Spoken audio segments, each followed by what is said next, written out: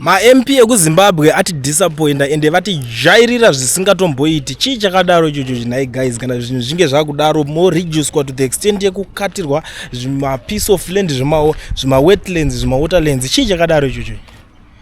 Because pane zvimwe zvinhu paunotoona wega kuti panapa tasvika ukaona makusviswa pane chimwe chikamu, munofanira kungokwenyana mongonyun'oso kuti tasvika panapa.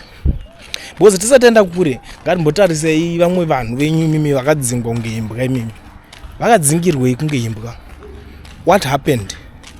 Chii chakanyatsoitika kuti vasvika pakudzingwa kunge imbwa? Ende wese adzingwa, munodzingwa 1-1. Ndizvo zvakashatira. Munodzingwa, unonzi uyu akadzingwa, mosiyiwa makadaro, mombochila, mombonzi ninga akadai akatadzira, ende musambofe makanyeberwa imimi. That old madhala haambofa akaregerera vanhu. Chine utsinye chimnangagwa chacho achimbofe chakaregerera kana munhu kana hwani, musambonyeberane. Kana uchitozoti wakambobuda offside, zoti this is the time, this is the chance to stand by Zimbabweans. Because wanaika maZimbabweans vakakutrustai, vakati taona malawmakers taakuchikuvhoterai kuti muende mupinde mimi mutimiririre muparliament, and it's not easy, and you guys have to work. NemaZimbabweans vakakupinza muparliament, munofanira kuziva kuti hamuna kupinzwa muparliament naMnangagwa, but makaona makunzi makunobribwa kuti mupuwe mastand muchikatirwa tuma piece of land, imimi murimi malawmakers munofanira kutogara muchitotaura kuti land haifaniri kudhura, it must be affordable to everyone. Ndo basa renyu ramakapindira kuti muiningine imomo, but makangosiya zvakadaro iri problem, makatozvibvuma kuti land inodhura muZimbabwe to the extent yekuti makutoishaya kutoshandiswa as a bribe. Makambopuwa tuma 40,000 mukadya mukaguta, munonyadzisa, makadhakwa zvisingatomboite. We are so disappointed in you guys. Because mwana wangu munhu akutobribe tagita muimba paita, that is the last chance. Because even if uri MP aombofe wakapuwa chance, munofanira kuzviziva izvozvo, aombofe wakapuwa yekuti ubopinda mustreet uchidemonstrata. Muri MP marombe, hamudiwo kuita mapresident here mimi. Munoti munhu anoda kutonga mazikora akawanda, makadzungaira muri madununu madutye mututye evanhu, makadhakwa zvisingatomboiti. Chii ichocho nai? Katirwa chi piece of land makakurira kupi, makanyatsoita seiko vanhu imimi nai muri makawadi evanhu imimi. Impeachment yoitwa moto murova ba impeachment otobva akatemba zvaakatemba izvozvo otoenda tomira that nonsense ka 2030. But izvo munotomira muchiganzirwa nezvapfana zvemaziguma zvananiki mangwana zvichikudza kuti Mnangagwa is unstoppable. If he is unstoppable, why is he trying to bribe you guys with a piece of land zvakadhakwa?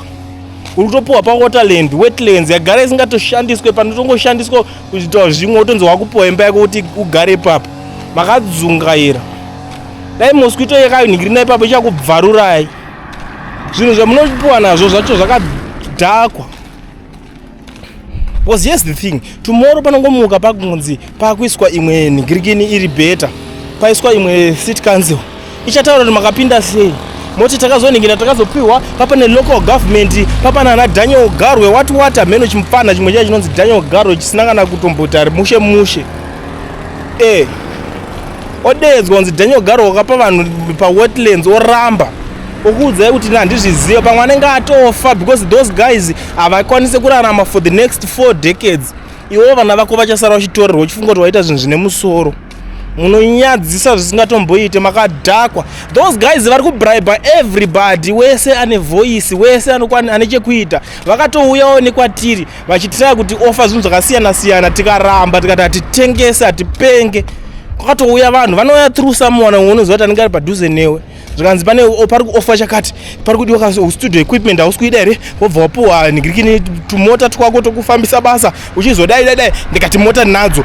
Saka studio equipment tokutengera equipment yekuti uzoshandisa chinji American, ndikati American inondinetsa, ndajaira kushandisa yeSouth African ndoya ndinonzwisisa. Zvikanzi yeSouth African, ndikati yeSouth African yacho I can afford to buy it. Aiwa tokutengera iri more advanced, ndikati kana ndakuda zviri more advanced ndichataura nemaZimbabweans, because this is not my channel, it's people's channel. Kana vakucomplain about quality vanondiudza votaura kuti kulendi kana usina mari, let's upgrade, let's help, vobatsira voisa maoko, because ndo vari kuningirikana. How can I sell the struggle munofungidzira kuti zvinonakidza ana Masaya nani vese vakangofa in the struggle imotanga kutengesa zvinonyadzisa.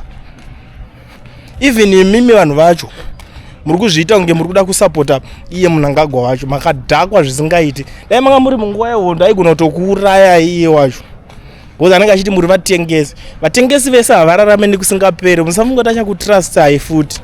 Because anenge akazvaona kuti munotengeka nemari, makapusa zvisingatomboiti. Inguva yekuti mumire nenyika yenyu, muitewo zvinhu zvinobatika, asi hamunzwi. Nai, makaita sei shuwa munotinyadzisa, munotishoresa. Takutonzi ma-MP edu vese vane nzara. Because icho unofanira kuziva kana wapinda wanzi wavhoterwa wa-MP, hausisiri MP weZanu, wa-MP wenzvimbo wakavhoterwa iyoyo. Kana uri wekuHarare kana kuti kupi unenge uchimirira nzvimbo iyoyo. But imimi muri zvireshe zvindumurwa zvevanhu. Hamunzwisise muri nhunzva tunzva. Musafunga kuti next time munodzoka hapana kana zvigaro zvamunombofa makapuwa in the next government, musanyeberwe. Because vanenge vakaona kuti munotengeka nemari. Munhu wese anotengeka nemari anongopuwa in next offer and they are aware of that. Vanozviziva kuti kunogona kungouya umwe munhu anooffer more than them. Mubva matotengesa struggle. Makadhakwa zvisingatomboiti, matinyadzisa ma-MP.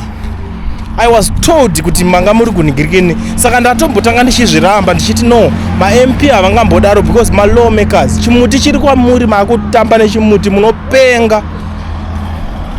Zvine basa rei, that's the last kick of dang horse. Thinga Mnangagwa kahwani, utokuti chamari impeachment ndoiri kutouya ndozvitodiwa nemaZimbabweans. Mirira nzvimbo, because you have to ask people kwaunobva kwacho. Hazvina basa umbonzi waita mutengesi because unovhota chinyararira agona nokuona kuti wavhotera papi zvapera. Haazive kuti ndiani amuita vote out, haazvizive. Mutongomupedza kwete kuti vana vake vari kudhiraivha maRolls Royce, iwo hama dzako dziri kufa nenzara, iye hama dzake dzese dziri pabasa. Iwo pokaita MP wakapinza hama dzako mabasa ngani? Zvinhu zvakatooma. Kupinda chi-MP kwamakatoita itori nzara, munotori neshungu dzekuti kana ndakurawo ndichada kuzoitawo president in the future, hambofaka kuvhurirai that door because iye ari greedy. Akabvira kudhara achitraina kuti azoita president. Akatoenda kwakawanda kuti azoningirikina, vanhu vakawanda vakakwadzwa. Mazuva Mugabe achinyebera kunge ari lawyer kumugabe. Iye achiziva kuti achazokudubura Mugabe mumazuva ekupedzisira. Imimi maakusiya maakutanga kutotengesawo zvenyu. Makadhakwa zvinotobohwa. Totonzi tine ma-MP. Mandirwadza ma-MP. Ma-MP makaora kudhakwa chaiko kudhomoka chaiko pfungwa. Ndo zvamatoita ipapa. Handichati kunonzwa. Ndikanzwa kunzi MP kuZimbabwe hakusisina ma-MP. Ndime masara muri ziso revanhu. Panzi paitwe impeachment. Makutonzi takuchekerai piece of land. Muri kupuwa mafufu iye achidya chiguta, chicha anoshaya kumba kwake. Tikutaura kuti mwana wake anongoenda neRolls Royce kubasa. Pabasa rake rese raanoshanda hakuna kana umwe anokwanisa kuitenga kana kuidhiraivha achiuyawo nayo. Asi imimi ndo zvamuri kuningirikina ipapo. Makadhakwa.